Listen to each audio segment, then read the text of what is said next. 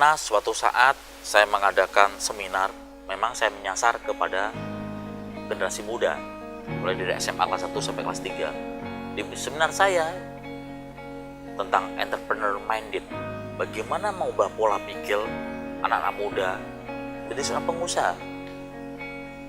Ada pertanyaan yang sangat lucu, kadang saya tertawa sendiri, mungkin ya wajar karena dia belum pernah ikut seminar. Dia bertanya, silakan ya bertanya, sahabat-sahabatku muda yang hebat dan cerdas. Dia tanya, Pak, tanya Pak, saya Pak.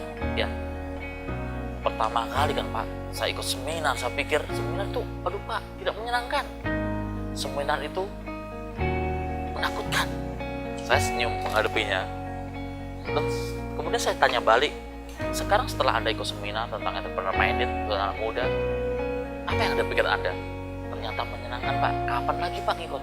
Nah, inilah mindset tadi. Sebelum membuktikan sesuatu, dia berpikir bahwa menjadi pengusaha muda, menjadi ikut seminar adalah tidak menyenangkan, menakutkan. Tapi setelah ikut, dia menakutkan. Setelah ikut, menjadi menyenangkan. Nah, ada pertanyaan yang sangat juga lucu sekali bagi saya senyum menanggapinya. Dia menanyakan, setelah Anda mengikuti seminar saya, ada pertanyaan? Pak, saya Pak, tanya Pak. Saya silakan bertanya. Saya Pak pengen sebenarnya menjadi pengusaha muda Pak. Tapi Pak, kata ibu saya nggak boleh Pak. Suruh jadi PNS saja Pak. Nggak usah, jadilah PNS saja. Saya senyum menghadapinya. Karena di mindset orang akan berbeda-beda. Saya mengatakan gini, passion seseorang silahkan menjadi apapun. Menjadi pegawai negeri sipil silahkan, asal hebat. Menjadi pegawai negeri silahkan, asal betul-betul cerdas dan sesuai dengan passion Anda. Menjadi dokter, menjadi pegawai, menjadi pengusaha, silahkan. Jadilah sesuatu itu yang menjadi hebat. Sahabat-sahabatku yang super, anak sekarang lebih cenderung, saya katakan 80% banyak galaunya di media sosial, terutama tanda kutip anak-anak generasi muda yang sangat muda sekali, dipengaruhi oleh keadaan. Dan pengaruh keadaan itulah, terutama lingkungan, teman-temannya, itu sangat mempengaruhi dirinya. Sahabatku yang super semua, janganlah mau menjadi generasi yang bermental lembek atau bermental lemah. Kalau itu yang terjadi, kita nggak tahu generasi kita seperti apa. Itulah kebanyakan generasi galau. Kalau orang Betawi bilang, lo bisa kagak jadi orang hebat? Kalau bisa kagak, ya udah, lo jadi pecundang katanya. Orang kata Betawi mengatakan seperti itu.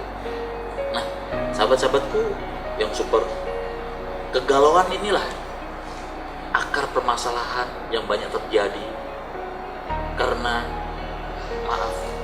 dipaksakan untuk dewasa, belum dewasa tapi dipaksakan untuk dewasa anak sekarang, sehingga menjadikan dirinya belum saatnya mengenal cinta, sudah mengenal cinta, belum saatnya mengenal sesuatu, dipaksakan mengenal sesuatu, sehingga inilah terjadi. Generasi-generasi sekarang galau banyak yang muncul. Dia tidak mau menjadikan kematangan itu, dipaksa kematangan untuk kebaikan, untuk motivasi untuk kebaikan.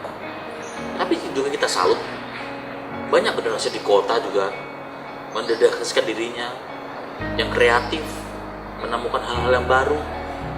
Nah, itu patut kita apresiasi. Kembali lagi kepada tadi galau,